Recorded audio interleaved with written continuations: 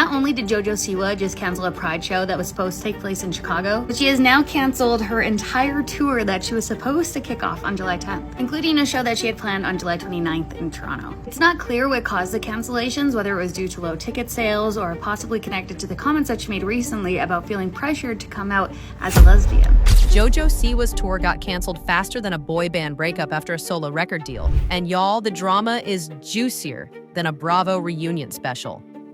We have to talk. JoJo Siwa, yes, glitter tornado turned edgy, pop rebel has officially pulled the plug on her tour. Canceled, done, gone. Oh my God.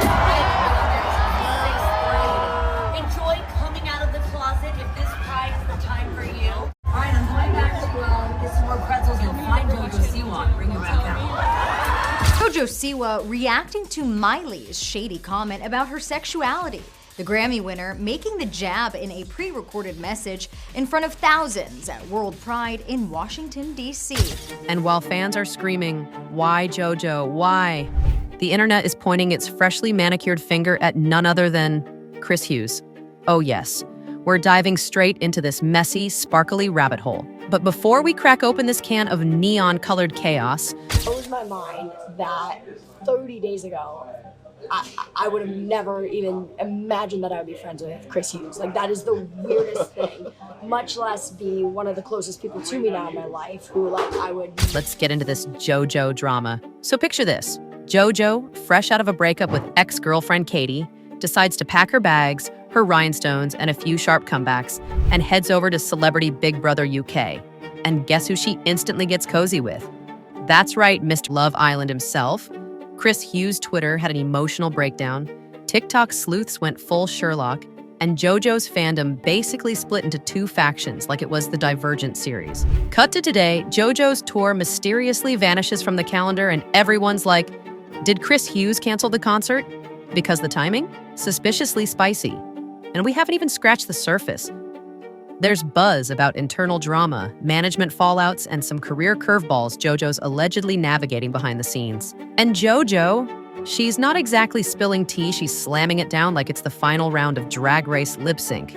We're going to break down every cryptic quote, every suspicious follow-unfollow, and every eyebrow-raising comment JoJo's made since the cancellation. Stick around, because we're serving piping hot updates, savage side-eyes, and a breakdown of whether JoJo's tour drama is a temporary glitch or a full-blown rebrand in motion.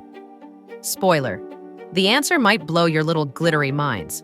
Big Brother imploded, House broke up with Kath like a dramatic soap opera villain, only to sashay out and soft-launch Chris Hughes like a Love Island-themed redemption arc.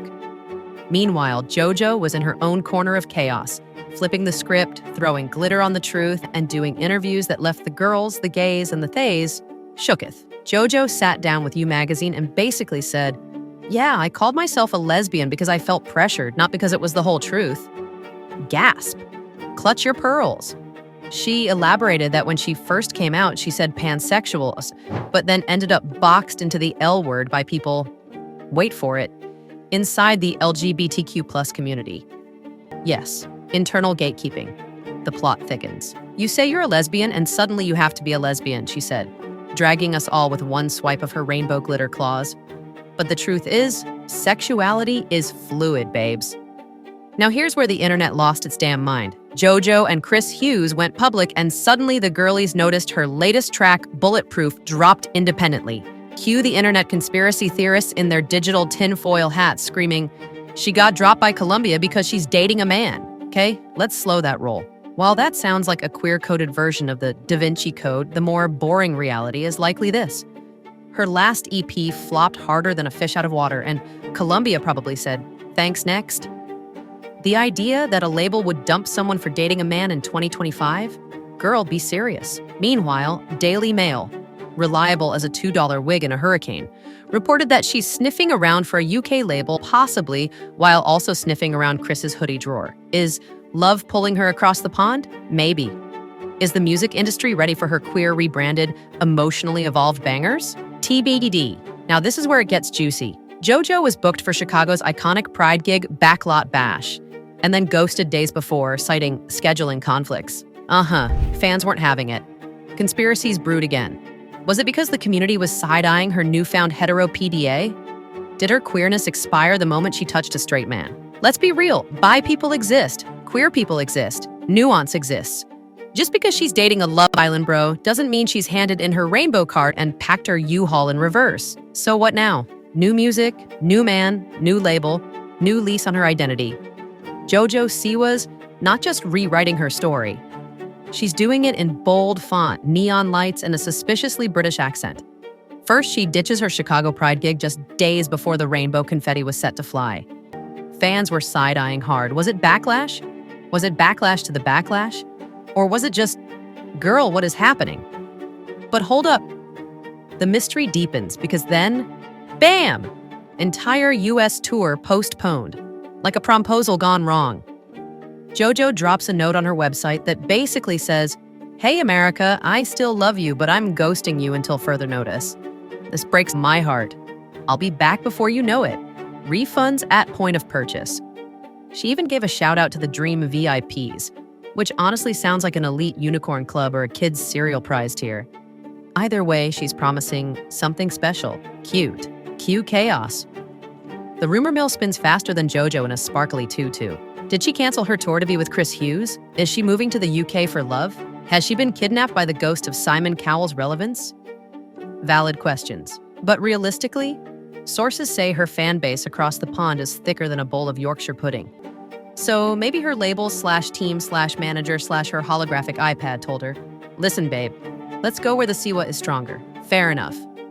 Meanwhile, in JoJo's future baby empire news, remember when she said she wanted to be a mom ASAP, had sperm donors lined up like Uber drivers, and had Freddie, Eddie, and Teddy tattooed on her body like Build-A-Bear mascots? Yeah, she just said, never mind. I was a bad girl, did some bad things, and that was naming children. The honesty, the self-drag, the vibe. New name in the running, Silva Siwa.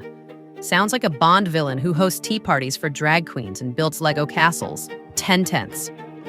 But let's talk real talk. JoJo addressed the relentless pressure from people, especially within the queer community, trying to force her to define her identity like it's a multiple choice test. "I don't mind it because I get to be an example," she said, while metaphorically drop-kicking labels into outer space. Any member of the community is a member of the community. No member is greater than another. Cue Oprah screaming, "Yes," in the background. She also got candid, again, about how fluid sexuality is and how the whole point of Pride is that love is love in all directions, upside down, sideways, and occasionally starring a British reality TV himbo. Speaking of himbos, Chris Hughes. JoJo says they weren't looking for love, which had people side-eyeing again because, wasn't she already dating someone when this accidental romance bloomed? Okay, yeah, bit messy. But JoJo Siwa's life has always been glitter, chaos, and plot twists, and she owns every sequin of it. Y'all, strap in. This story has everything unexpected romance, emotional whiplash, and a man who could make an entire sorority cry just by blinking. So picture this, me, minding my business, literally not looking for love. My hair's in a bun, I'm wearing socks with Crocs, probably mid-craving for something sweet and dairy-based, and bam. Enter Christopher freaking Hughes. Tell me what you think. Are we adorable? Are we too adorable? Should I release a ballad or a boxing match next? Hit the comments, send snacks, and brace yourselves. Love you guys more than I love glitter, which is saying something. Catch you next time unless I elope first. Bye.